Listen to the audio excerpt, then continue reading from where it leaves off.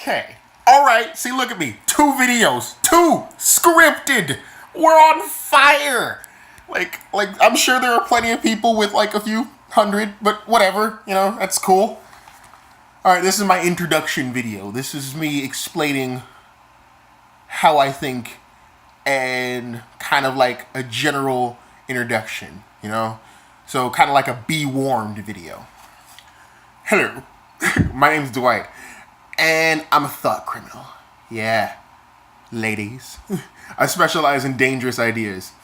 What's a dangerous idea? Well, it's any argument that isn't politically correct, or just doesn't avoid forms of expression that can be perceived to exclude, marginalize, or insult socially disadvantaged people. Just basically, I don't think too hard about not offending people. Say you have an idea that could change the world. Just kind of like mind-blowing discovery, right? But you were afraid to share it because it was politically incorrect. Like, it offended black people. Like, you discovered that black people have a lower IQ than whites and Asians. Like, and it could change. But that information could revolutionize how we educated people in this country. Like, it could maximize people's potential across the nation. But then you'd have to admit that black people were genetically inferior, and no one wants to hear that.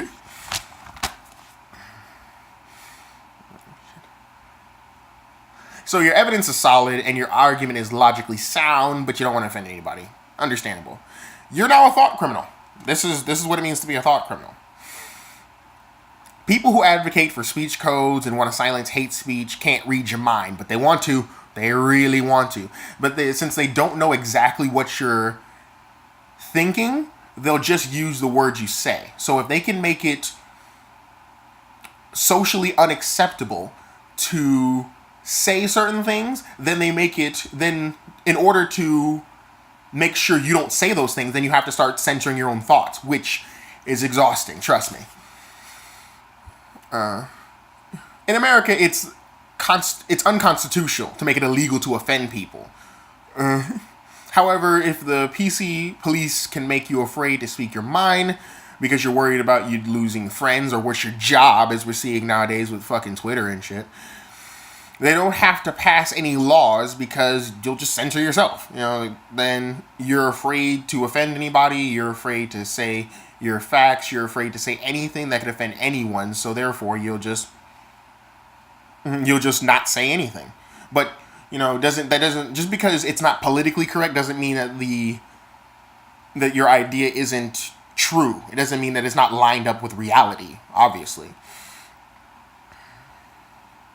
Unfortunately, people who aren't afraid of offending others and have bad ideas. I'm looking at you, Richard Spencer. Like, don't take away my white women. All right, don't tell me I gotta get out of the country. You're trying to make an ethno state for white people, but I love my white women's, bruh. Like, don't do it to me, man. I'm on your side. I believe white people have a right to exist. I'm all for the cause, but if I can't sleep with my white women's, I'm gonna be at a loss, I'm not gonna throw my full support behind your movement, okay? I'm right for now. I'm sitting on the sidelines and I'm just listening to you. I'm trying to hear out your arguments, but you take away my white women's, I'm gonna have to crush you where you stand. I'm sorry. Now, these people could go unchallenged, and they gain a lot of support because people will respect their courage, if not their ideas. I always thought it, but you said it. Like, look at comedians like Amy Schumer or Bill Maher or Dane Cook. Oh, not Dane Cook.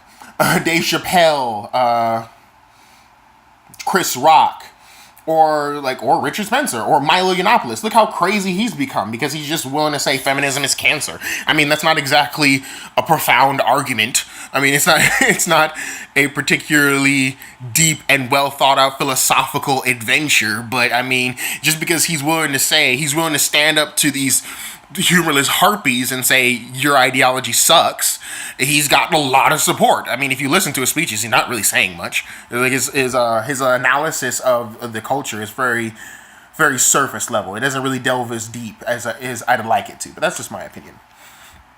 the answer to more hate speech, the answer to hate speech is more speech, basically. That's my argument for free speech. And if you have an idea that you want to share, it should be unfathomable that America, with its First Amendment rights, that anyone's afraid to share their ideas, that their thoughts, that just speaking your mind would make you apprehensive for any reason. That the idea that there are wide swaths of the population who believe that they have to reserve what they say and what they think for their homes and their intimate friends it should be horrifying. But because this has gone on for so long, people just can accept it as normal. I am the thought criminal, and these are my dangerous ideas.